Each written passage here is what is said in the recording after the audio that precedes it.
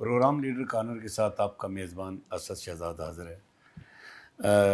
हुकूमत एक तरफ कहती है जी कि हम आवाम के साथ हैं, हमारे दिल आवाम के साथ हैं, हमारे दर्द आवाम के साथ, हम अपने कपड़े बेच देंगे लेकिन आवाम को तनहा नहीं छोड़ेंगे।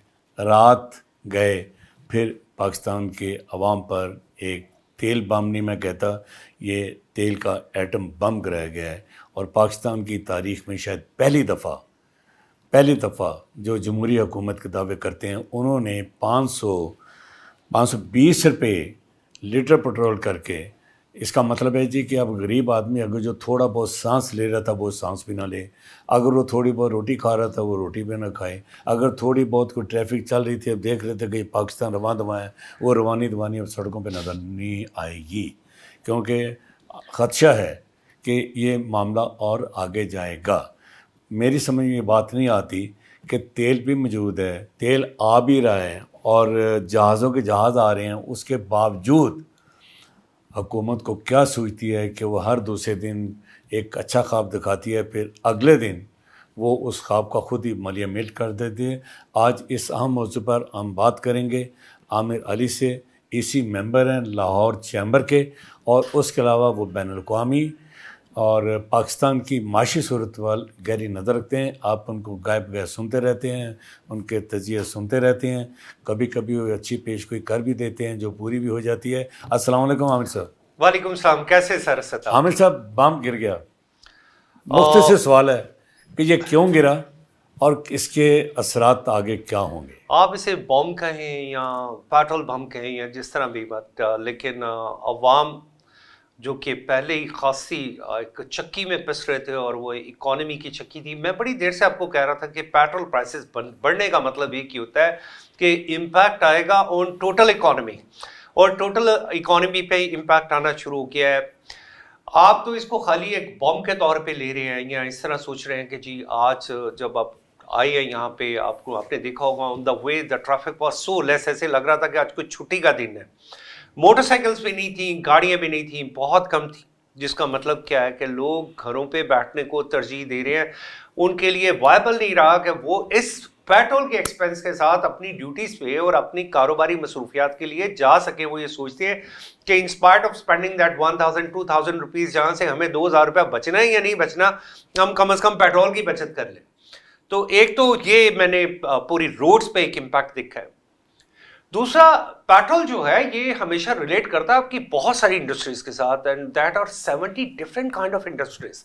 हर एक चीज जिसके साथ पी यानी पॉलीमर, पॉलिएस्टर, एग्रीकल्चर में आपकी खाते, ये जो भी चीजें ये बेसिकली पेट्रोकेमिकल ही है जो पेट्रोल से ही निकलता है।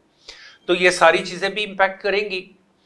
आपने तो इसका एक कैनवस मुझे बताया, लेकिन मैं थोड़ा लार्जर कैनवस में देखना चाह रहा हूं कि वो प्रोग्रेस जो पाकिस्तान ने टारगेट दिया था कि हम 3.6% की एक रेशियो के साथ प्रोग्रेस करेंगे, आपके सामने ऑलरेडी है। क्या आपको रेवेन्यू शॉर्टफॉल नहीं नजर आ रहा? आज ही की खबर है, एफबीआर कह रही है 661 अरब रुपए का शॉर्टफॉल है, वसूल ही नहीं कर सके। जो शॉर्टफॉल है यानी कि shortfall means you are lack of your target. अब पहले ही पाकिस्तान क्या अच्छा आमिर भाई, यहाँ पे इसी सवाल आपका जवाब के सवाल करना चाह रहा हूँ कि करप्शन बहुत ज़्यादा है एफबीआर में, और कहते हैं कि अगर करप्शन ना हो तो ये जो हदफ है ये महीनों में पूरा हो सकता है। अब 600 जितना भी अरब बढ़ गया है, अपना सारा नहीं कर पा रहे, तो ये कसूर किसका है? एफबीआर को क्यों नहीं सफाई की जाती? उसके अंदर दावे बड़े होते हैं। देखिए, पहली बात तो ये कि target should be very fixed. पूरी दुनिया में एक ऐसे भी थे हमारे यहाँ पे, अब्दुल्ला यूसुफ, जिन्होंने अपने दौर में एफबीआर का रेवेन्यू बहुत तेजी से बढ़ाया था। और वो किस तरीके से बढ़ाया था? सिर्फ सिस्टमेटिकल चेंजेस से। आप कहते हैं करप्शन बहुत ज्यादा है, जी बिल्कुल करप्शन बहुत ज्यादा है। टोटल टैक्स पेयर कितनी है? 5.9 मिलियन। 5.9 मिलियन से नील की फाइल करने वाले कितने हैं? पता चलता है 1.5 मिलियन, 1.6 मिलियन नील की फाइल कर रहे हैं। फिर उसके बाद अगर 3 बिलियन के करीब करीब कौन से लोग हैं? 3 बिलियन के करीब वो वाले लोग हैं जो डायरेक्ट टैक्स पेयर हैं, यानी जिनकी सैलरी से टैक्स डिडक्ट हो रहा है। तो फाइनली जो बिजनेस रिजीम यानी कि ट्रेडर, इंडस्ट्रियलिस्ट, उनके तौर पे अगर आती है तो आपके पास कितनी लिमिट आ रही है? वो आपके पास आ रहे हैं ज्यादा से ज्यादा 2 बिलियन। अब 2 बिलियन लोगों को आप कितना स्क्वीज कर सकते हैं? एफबीआर को हम बार बार कहते हैं, हम टॉपिक चूंकि हमारा थोड़ा डाइवर्सिफाइड हो गया है, हम बार बार कहते रहे कि जी अपना टैक्स नेट बढ़ाएं, टैक्स नेट बढ़ाएं। असद साहब आप यहाँ पे मौजूद हैं, हमारे यहाँ पे पासपोर्ट आपके पास भी है, मेरे पास भी है, सब लोगों के पास है। जब हम उस पर लिखवाते हैं कि व्हाट इज योर ऑक्यूपेशन, तो क्या लिखवाते हैं? A businessman. अगर एक बिजनेसमैन अपने पासपोर्ट पे बिजनेसमैन लिखवाता है तो क्या एफबीआर या हमारा नेशनल डेटाबेस उससे ये पूछता है कि तुम टैक्स पेयर हो या नहीं हो? आप अगर ये पूछने के काबिल नहीं है तो फिर आप अपना टैक्स नेट कैसे बढ़ा सकते हैं? ये शॉर्टफॉल कैसे नहीं आएगा? आप एसोसिएशंस, हमारी जितनी ट्रेडर एसोसिएशंस हैं हर जगह पर रजिस्टर्ड है, पाकिस्तान में हजारों की तादाद में है, हर मार्केट की एक अपनी अंजुमन है, एक अपना उनकी एसोसिएशन है, एक उनका ट्रेड ग्रुप है। क्या ये ट्रेड ग्रुप्स एक जगह पे एक स्टेक पे मौजूद हैं कि जब तक किसी बंदे के शॉप के ऊपर उसका नेशनल टैक्स नंबर नहीं लगा होगा he can not open his shutter? तो सर ये तो बातें करने के लिए आपको किसी रॉकेट साइंस की जरूरत नहीं है, आपको किसी आईएमएफ की जरूरत नहीं है, किसी से पूछने की जरूरत नहीं है। छोटी सी रिफॉर्म्स है, आप खुद करके देख लें। टैक्स, और फिर देखिए जो टैक्स पेयर है, जो लार्ज स्केल टैक्स पेयर है, उनसे आप अप टू 60% टैक्स चार्ज कर रहे हैं। यानी आप उसको इस काबिल ही नहीं छोड़ रहे कि वो बंदा सरवाइव कर सके विद द इंडस्ट्री। अगर आप 60% टैक्स चार्ज कर लेते हैं तो उसके पास 40% फॉर ग्रोथ एंड रिवाइवल रह जाता है, जिसमें कोई ना कोई अगर बैकलैश आ जाए, जैसे अभी पेट्रोलियम का बैकलैश आया, रॉ मटेरियल की प्राइसेस बढ़ गई हैं, तो उसमें भी वो भी प्रॉफिट स्क्वीज हो गया। 520 रुपए 5 कहाँ पे लेके जाएंगे? 520 तो, और ये 520 किसका हुआ है? डीजल का। और डीजल कहां पे कंज्यूम हो रहा है? कमर्शियल गाड़ियों में। कमर्शियल भी वो जो कि गवर्नमेंट यानी कि बसेस और ये सारी इन जगहों पे, और जिसका मतलब है कि ह्यूज इंपैक्ट। आज किराए almost it will jump to double होंगे, डबल होंगे, जंप टू डबल। अच्छा, let's protect to the government. हम गवर्नमेंट को एक साइड देते हैं कि जी ठीक है आपने इसको इंक्रीज किया, लेकिन क्या इतना बड़ा इंक्रीज जरूरी था? असद साहब, पाकिस्तान अपनी टोटल प्रोडक्शन का 30% ऑयल खुद प्रोड्यूस करता है, 35% गैस लोकल प्रोड्यूस होती है। क्या 1 लाख बैरल योमिया आप खुद पैदा नहीं कर रहे? आपकी 4 लाख की कंजम्पशन नहीं है। अगर 1 लाख प्लस आप लोकली पैदा कर रहे हैं तो इसका मतलब है ये तो आपकी लोकल कंजम्पशन है। या पूरे पाकिस्तान की बात, या पूरे पाकिस्तान की बात कर रहा हूं। तो हम क्या करते हैं, वो जो शॉर्टफॉल आता है ना, उसको हम नॉर्मली अपना एक जरिया बना लेते हैं, जो मैंने एफबीआर का शॉर्टफॉल के जी आप पेट्रोलियम की प्राइसेस में 5 रुपए ऊपर नीचे करके आप उस कमी को टेम्पोररीली, यानी एक फायर फाइटर के तौर पे एफबीआर काम करता है और वो सिर्फ ये कहता है कि ओके इस शॉर्टफॉल को हम यहां से पूरा कर लेते हैं। या मोस्ट प्रोबेबली उसमें से जो कमी पूरी होती है असद साहब, वो कहां से होती है? उन डिफरेंट सेक्टर से। एक सबसे पहले जब भी शॉर्टफॉल हो रहा होता है तो एजुकेशन के बजट को कम किया जाता है, हेल्थ के बजट को कम किया जाता है। लेकिन वो लल्ले तलल्ले जिन्हें मैं कहता हूं कि जो आपने 780 अरब रुपया बेनजीर इनकम सपोर्ट प्रोग्राम के लिए रखा हुआ है, फकीर पैदा करने के लिए रखा हुआ है इस पूरी कौम में, कभी इसका भी फ्रांसिक ऑडिट करवा के देखे सर। क्या वो जिसने एक एनालिसिस बनाए थे इस पे कि कितने पैसे कहां पे जा रहे हैं, वो क्या चीजें वो जा भी रहे कि नहीं जा रहे? वो जा भी रहे कि नहीं जा रहे? पैसा जा, आपने वो 780 अरब रुपए अपना एक जो है वोट बैंक स्टैंड करने के लिए, और उसका पाकिस्तान की प्रोडक्टिविटी से कोई ताल्लुक नहीं है।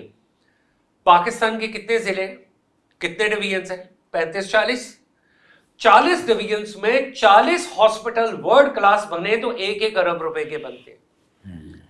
कितनी यूनिवर्सिटीज, हर एक जिले में 2-2 यूनिवर्सिटियां भी बनाए तो 2-2 अरब रुपए की भी बनाए तो ये आपके ज्यादा से ज्यादा 125 अरब रुपया लगता है। उससे लोगों को, लोकल्स को कितना फायदा हो सकता है? फिर वो इंडस्ट्री जो कि लोकल इंडस्ट्री होती है, आप एक कल्चरल कॉन्सेप्ट की तरफ जाएं। आज से 2006 में आपको यूके ने एक मॉडल ला के दिया, उसे कहा सिटी कल्चरल एक कंपोजिशन, एक कॉम्प्लेक्स, कि आपने किस तरीके से अपनी लोकल प्रोडक्ट्स को जो है वैल्यू एडिशन में लेके जाना है और उससे एक कल्चरल सिटी का कॉन्सेप्ट बनाना है और उससे रेवेन्यू जनरेट करना है। कितने यहाँ पे ट्रेनिंग सेंटर बने हैं, कितने इदारे बने हैं जो यहाँ पे सिर्फ ये ट्रेनिंग दे रहे हो कि अच्छा ये प्याज भी है। अब वही प्याज होता है जो किसी वक्त आपको 30 रुपए किलो मिल रहा होता है और उसी साल में वो प्याज 2 दफा 300 रुपए किलो भी हो रहा होता है। क्या गवर्नमेंट का काम नहीं है कि वो उसको वैल्यू एडिशन में, प्रिजर्वेशन में कोई ऐसे प्लांट लगाए, कोई लोगों को एजुकेट करे? बड़ा मामूली सा काम है, इसके लिए कोई रॉकेट साइंस की जरूरत नहीं है। हम करने के लिए तैयार नहीं है। हम वो तमाम काम करने के लिए तैयार नहीं है जिसका in the long run Pakistan की इकोनॉमी को बेनिफिट हो सकता है। उसकी बजाय हम क्या करते हैं कि हम वो जिसे कहते हैं कि पेट्रोल बम, और पेट्रोल बम चले कंपेयर किया गया, बड़ी जस्टिफिकेशन दी जा रही है, दुनिया के 85 मुल्कों में रेट बढ़ गया, अच्छा चले प्राइस। अब प्राइस कितनी हुई है? प्राइस अगर $60 थी तो $60 से पाकिस्तान ने जो अभी भी बाय किया है वो लेस देन $100 है। हमारी बाइंग। और फिर आप इस इंसेंटिव को कभी नहीं भूल सकते कि पाकिस्तान का इंसेंटिव क्या था। पाकिस्तान का इंसेंटिव बहुत सिंपल था कि पाकिस्तान को कुछ ऑयल आ रहा है जो कि सऊदी अरेबिया से आ रहा है, डेफर पेमेंट्स पे आ रहा है। क्या हमारे पास ईरान से भी आ रहा है? ईरान, देखिए ईरान से भी अब चले सीक्रेटली और अनसीक्रेटली, आप जो भी कहें, आना शुरू हो गया। अगर वो डेफर पेमेंट्स पे ही आ रहा है तो क्या हम ये निगोशिएट करने के काबिल नहीं थे कि जनाब दुनिया के लिए आप $100 प्राइस रखे, हम आपके अलाइज हैं, हम आपके पार्टनर हैं, आप हमें $60 भी दे दें कम से कम। हम से जखीरे का भी दावा करते हैं, 2 माह का जखीरा है, तेल अब आ भी रहा है। देखिए जखीरा जिसे कहा जाता है ना कि पाकिस्तान में, तो फिर क्यों बढ़ाए जाते हैं पैसे, क्यों आवाम को परेशान किया जाता है? किसी भी मुल्क के पास स्ट्रेटेजिकल जखायर होते हैं, पाकिस्तान के पास कहा जाता है फॉर 28 डेज। अच्छा, उस जखीरे को मेंटेन करना भी होता है। ये भी एक गवर्नमेंट का एक प्रोस्पेक्टिव है कि हमारी जितनी 41, 42 जो ऑयल कंपनीज है जिनके अंडर ये सारा ऑयल आता है, उनकी एक जिम्मेदारी होती है कि you have to keep that minimum assets of oil in Pakistan. तो उस पे भी एक ये भी एक उनका स्ट्रांस है, और जो बार बार कहा जाता है कि is that money is going directly to the pocket of the government. अब ये एक ऐसी एम्बिग्विटी है कि जिसको क्लियर नहीं किया गया कि ये वो आया उन ऑयल कंपनीज के अकाउंट में जा रहा है, या पाकिस्तान की गवर्नमेंट के अकाउंट में जा रहा है, या खजाने के अकाउंट में जा रहा है। But on the other hand महंगाई बढ़ गई। अब गवर्नमेंट क्या सोच रही है? गवर्नमेंट ने एक ऐलान किया, उन्होंने कहा जी IMF कह रहा है जी कि हम पॉलिसी रेट बढ़ा दें, यानी बड़ी मुश्किल से 22% से नीचे आता आता ये 10.03% पे आया था, जिसपे थोड़ा सा हम जो बिजनेस कम्युनिटी है वो सारी ये कह रही थी कि शायद पाकिस्तान किसी जगह पे सरवाइव कर जाएगा, यानी कि इसको सिंगल डिजिट में ले आएंगे। अब एक नई प्रोस्पेक्टिव सामने आ गया कि you have to increase it. Why? The inflation have increased. वो इन्फ्लेशन जो आज से कुछ माह पहले 4%, 3, 3.5, 4% के करीब करीब ट्रैवल करना शुरू हो गया था, आज वो दोबारा 7-8% पे चला गया है। तो गवर्नमेंट के पास क्या इसके लिए एक ही रास्ता बचा है कि जब भी इन्फ्लेशन बढ़ता है तो आप पॉलिसी रेट बढ़ा देते हैं। और पॉलिसी रेट बढ़ाने का मतलब यह है कि आप बेशुमार इंडस्ट्री को दोबारा यतीम करने चल पड़ते हैं। वो तमाम इंडस्ट्रियलिस्ट जिन्होंने आपके साथ एक लॉन्ग टर्म कॉन्ट्रैक्ट किए हुए हैं, वो अपनी पॉलिसी बना ही नहीं सकते। कैसे बनाएंगे? तो ये पेट्रोल का इंपैक्ट सिर्फ एक जगह पे नहीं आ रहा। Petrol have a multiple impact in multiple areas, and I sincerely hope कि हमारी गवर्नमेंट, ठीक है हम IMF के प्रोग्राम में हैं, IMF इज वेरी हैप्पी कि अच्छा जी पाकिस्तान इज वेरी सक्सेसफुल। $1 अरब उन्होंने एक मत में दिया है, $21 करोड़ उन्होंने दिया है कि जी ठीक है आप इसके लिए इससे ये रिफॉर्म्स करें, दैट इज फाइन। फिर आपने हर सूरत में अपने रिजर्व्स को मेंटेन करना है। आज $16.3 बिलियन है, आपने जून तक $18 billion, and by the end of this year आपने फॉरेन रिजर्व्स $20 बिलियन लेके जाने इन state bank. I am talking only for the state bank, not for the other commercial banks. जो वहां पे पैसे पड़े हैं वो एज इट इज जैसे भी होते हैं, वो तो प्राइवेट एंटिटीज के हैं, उसमें तो गवर्नमेंट का लेना देना नहीं है। और फिर एक और खबर आती है कि पाकिस्तान ने पिछले चंद माह में ओपन मार्केट से 20 यानी कि गवर्नमेंट ने $24 बिलियन बाय किए। अब वो $24 बिलियन जो बाय किए गए, इसका मतलब है कि वो किसी न किसी जगह पे पड़े थे, लोगों के पास रिजर्व्स की सूरत में पड़े थे। जैसे लोग होते हैं अक्सर, एक वक्त ऐसा था कि किसी के पास $500 के भी पैसे होते थे तो वो कहता था रुपया ना, हुकूमत वापस ला रही है। हाँ सर, वो पैसे ड्रेन हो रहे हैं। What I suggest to the government, जो गवर्नमेंट ने टेम्पररीली होल्ड किया हुआ था रुपए की पोजीशन को, कि रुपया गिरने यानी कि बढ़ने नहीं दे रहे थे और डॉलर को गिरने नहीं दे रहे थे, जिसके के बहुत ज्यादा चांसेस थे। मैं आपके तवज्जो से देखिए सर, आपने पेट्रोल बाय करना है डॉलर्स में। अगर यही डॉलर आपका जो कि एक्चुअली इस वक्त 250 का होना चाहिए, अगर 250 का होता तो ये जितना बड़ा इंपैक्ट महंगाई का एटम बॉम्ब है, ये शायद छोटे बम में कन्वर्ट हो जाता। हमने वो नहीं होने दिया। हमने अपने एक्सपोर्टर्स को अकोमोडेट करने के लिए, उनको खुश करने के लिए कि ठीक है किसी तरीके से इसको $280 पर डॉलर के अगेंस्ट रखे, वरना पाकिस्तान नाउ फाइनेंशियली, ये तो वो रेट था 280 जब पाकिस्तान के रिजर्व $4.5 अरब थे। आज पाकिस्तान के टोटल रिजर्व जो कमर्शियल बैंक्स और दूसरे बैंक्स में मिला के ऑलमोस्ट $23 बिलियन मोर है। तो क्या ये बनता नहीं था कि गवर्नमेंट डॉलर को नीचे लेके आती? और ये जो आज आपने चूंकि डॉलर में इंपोर्ट करना है ऑयल, तो इसका इंपैक्ट लेस एंड लेस हो सकता था, जो नहीं हो पाया, जो अब आया कमजोर पॉलिसीज, जो कमजोर पॉलिसीज की वजह से। तो एनीवे क्रिटिसाइज करना बड़ा आसान है, किसी को भी क्रिटिसाइज करना बड़ा आसान है, लेकिन लॉन्ग टर्म पॉलिसीज, खुदा के लिए मैं अपनी गवर्नमेंट को कहूंगा कि आप अपनी policy for next 3 to 4 years ना बनाया करें। 30 years का प्लान दे, 20 years का प्लान दे। दुनिया के तरक्की याफ्ता ममालिक हमेशा लॉन्ग टर्म प्लान के साथ चलते हैं। वो कहते हैं क्या, is that China did not said that with in that, they said it in 1978 that with in coming next 20 years we will manage our lower middle class to come out of the poverty level। Aamir, मैं आपको यहाँ पे एक मिसाल देना चाहता हूँ। अयूब खान की कामयाबी क्या थी कि अयूब खान का जो मिनिस्टर थे वो बड़े पावरफुल और माशी सूरत हाल को समझते थे, और उस वक्त ज़माने में 5 साल पॉलिसीज बनती थी, हर मनसूबा 5 साल होता था। यहाँ तो हर 6 दिन के बाद, 6 माह तो बहुत दूरी के बाद है, 6 दिन के बाद पॉलिसी बदल जाती है। मुझे ये बताइए कि हुकूमत जब भी कोई फैसला करती है पूरी दुनिया में स्टेक होल्डर्स को इत्मीनान में लेकर करती है, ये ताजर बरादरी क्या कर रही है? ताजर बरादरी को क्यों नहीं इत्मीनान में लिया जाता? आप मुझे एक ऐसे कंट्रोवर्शियल बयान की तरफ लेके जा रहे हैं कि जिससे मैं समझता हूँ कि उसके बाद पता नहीं मेरी कितनी ट्रोलिंग होगी। नहीं, ये सवाल बनता है, लेकिन ये सवाल बनता है। मैं आपसे ना एक ऐसी 2 लॉजिक्स देता हूँ। नंबर 1, उस दौर में जो ब्यूरोक्रेसी थी वो गोरों की ट्रेन थी, इस बात को कभी ना भूलिएगा। उसके बाद जो ब्यूरोक्रेसी, वो वाली ब्यूरोक्रेसी आई जो हमारी ट्रेन थी, उसने consistently up to 1970s Pakistan was flying. I mean before 1970 Pakistan was flying. क्यों?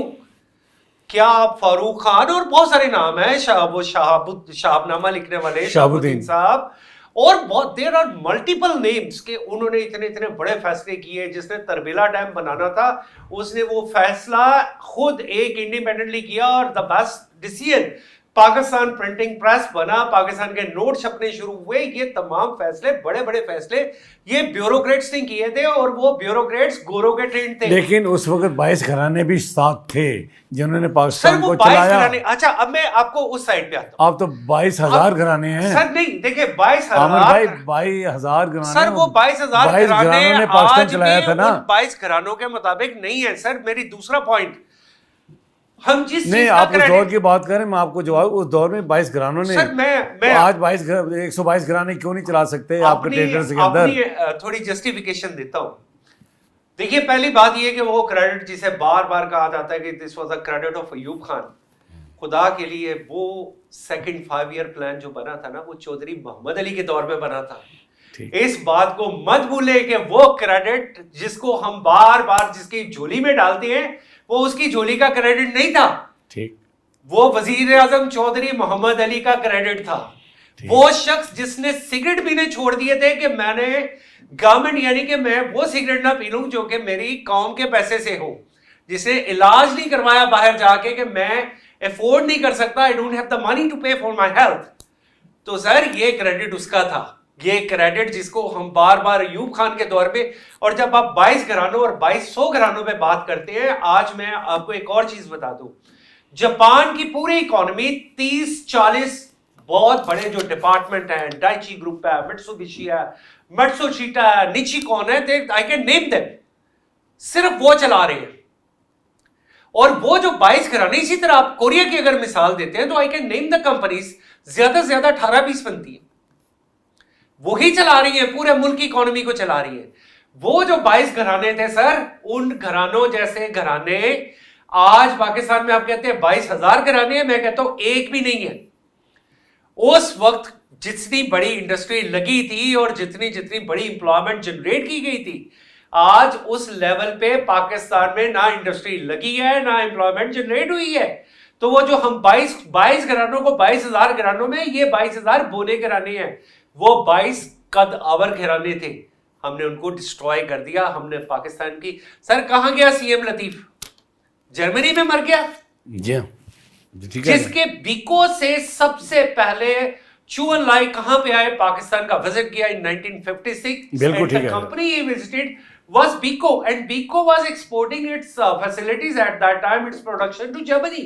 They were so competent. और सबसे बड़ी and that formula they adopted from Beko and then bring it to China, and then they formalize their industry according to that Beko standard, like how they are working. नहीं, उसके बाद शराब भी थी, बिको थी, ये बड़ी बड़े there were multiple. हाँ जी, बिल्कुल ठीक So है। where we are today, हमें ये बात सोचने की जरूरत है। तो I really feel very sick about it कि हमें जो कहा जाता है कि जी वो 22 घराने थे, वो 22 जॉइंट घराने थे, आज 22,000 बोने घराने हैं। अमर भाई ये बताइए कि ये जो अब आज तेल पंप गिरा है, महंगाई बढ़ गई, मज़ीद बढ़ेगी अब तो, कहीं चेक एंड बैलेंस भी नहीं है। ठीक है, हुकूमत गुड गवर्नेंस के दावे करती है, लेकिन वो दावे सिर्फ दावों के हद तक होते हैं। लेकिन क्या बनेगा, क्या देख रहे हैं कि ये 520 रुपये कौम को कहाँ ले जाएंगे? आपकी इस साल की प्रेडिक्शन है ग्रोथ की 3.6%। ठीक, मैं I sincerely doubt with this crisis और ये जो कुछ हो रहा है कि पाकिस्तान की पॉपुलेशन ऑलरेडी 2.4 2.5 की परसेंटेज से बढ़ रही है, जिसका मतलब है जेन्युइनली हम 1% ग्रोथ ले रहे हैं। ठीक। तो आई सिंसियरली होप कि ये जो पेट्रोल पंप गिरा है और जिसकी वजह से आज आपको लग रहा है कि सड़कों पे खूक आलम है, तो ये कहीं मामला अब लॉकडाउन या किसी तरह के लॉकडाउन की तरफ ना चला जाए, that will be more harmful for the economy of Pakistan. क्या कोई माफियाज काम कर रहे हैं जो हुकूमत को घेर के रखे हुए हैं? हुकूमत तो नहीं चाहती, हुकूमत अगर नहीं चाहती भी तो माफियाज का कितना रोल है इसमें? ये तो आपको गवर्नमेंट के ही कोई ऑफिशियल बता सकते हैं, लेकिन अंडर माय ऑब्जर्वेशन कि पाकिस्तान गवर्नमेंट को ये ज़रूर सोचना चाहिए था कि अगर हमारी पेट्रोल कंजम्पशन को कम किया जा सकता है, ठीक है, हमारी सीएम साहिबा ने कहा कि मेरा फ्लीट कम हो गया है, मान लेते हैं इस बात को। हमारे प्राइम मिनिस्टर ने भी कोई एक्शन लिया कि जी ठीक है, हम ऐसी ऐसी चीज़ें नहीं करेंगे, लेकिन वो तमाम लोग, पता नहीं 8 लाख हैं या कितने हैं, जो प्रिविलेज ले रहे हैं गवर्नमेंट से, उनमें सब लोग शामिल हैं, उनमें एस्टैब्लिशमेंट भी शामिल है, उनमें जजेस भी शामिल हैं, उनमें सिविल ब्यूरोक्रेसी भी शामिल है। अगर उनको आप 200 लीटर पेट्रोल मुफ्त दे रहे हैं, किसी को 400 लीटर पेट्रोल मुफ्त दे रहे हैं, तो वो एक इतनी बड़ी लिवरेज दे रहे हैं आप उन तमाम लोगों को जिनकी तनख्वाहें ऑलरेडी मिलियंस में हैं। तो अगर आप कुछ करना ही चाहते हैं तो सबसे पहले वो लिवरेज वापस ले लें। ये मुराद याफ्ता तबका कहते हैं, मैं इसे माफिया ग्रुप कहता हूँ। सर आपने जो कहा, मैंने अपनी एक ऑब्जर्वेशन देते वो मैंने अपनी एक चेक एंड बैलेंस के वो तमाम लोग, और वो अगर 8 लोग हैं और 200 लीटर पेट्रोल भी ले रहे हैं, तो आप सिर्फ ये पता कर लें कि पूरे पाकिस्तान में कितना बड़ा एक माफिया है जो पाकिस्तान के रिसोर्सेज पे काबू करके बैठा हुआ था। और ये तमाम वो लोग हैं जिनके जेब में इतने पैसे हैं कि they can afford there payment by their pocket. हमारे प्रोग्राम के आखिर में ये आपसे पूछना चाहता हूँ कि श्रीलंका और पाकिस्तान वाहिद मुल्क हैं जिनके ऊपर हर चीज़ असरअंदाज होती है। कोरोना इन पे हो जाता है, हर चीज़ बंद, स्कूल बंद, कॉलेज बंद, सिस्टम बंद। ठीक है, इंडिया को ले लें, नेपाल को ले लें, दूसरे ममालिक को लें, वहाँ के तेल की जो प्राइसेस हैं वो 100, 150, 180, 170 तक है। क्या इन जंगों के सराहत उन ममालिक पर नहीं होते, सिर्फ हमारे ऊपर ही होते हैं? इसकी क्या वजह है? असद साहब देखिए, बात यह है कि इंडिया में क्या हम ही रह गए हैं बस? इंडिया में प्राइसेस यही थी जो आप कह रहे हैं, but now the prices are change. India में तो बहुत ज्यादा प्राइस बढ़ी, बल्कि पाकिस्तान में तो राशनिंग 170 है जी, आज का जो रेट है 160, 170 है जी। नंबर 1 एक बात याद रखिए कि उनका रुपया जो है वो पाकिस्तान के रुपए से 3 गुना ज्यादा पावरफुल। ठीक है, ठीक है। अगर 170 भी मैं आपकी बात को पकड़ लेता हूँ, जबकि मेरे ख्याल में प्राइस ज्यादा है, 170 को अगर इंटू 3 करें तो दिस इज 500 रुपीज प्लस। लेकिन उसके बावजूद ये क्रेडिट मैं गवर्नमेंट को देना चाहूंगा कि गवर्नमेंट ने कम से कम यहाँ पर राशनिंग नहीं होने दी।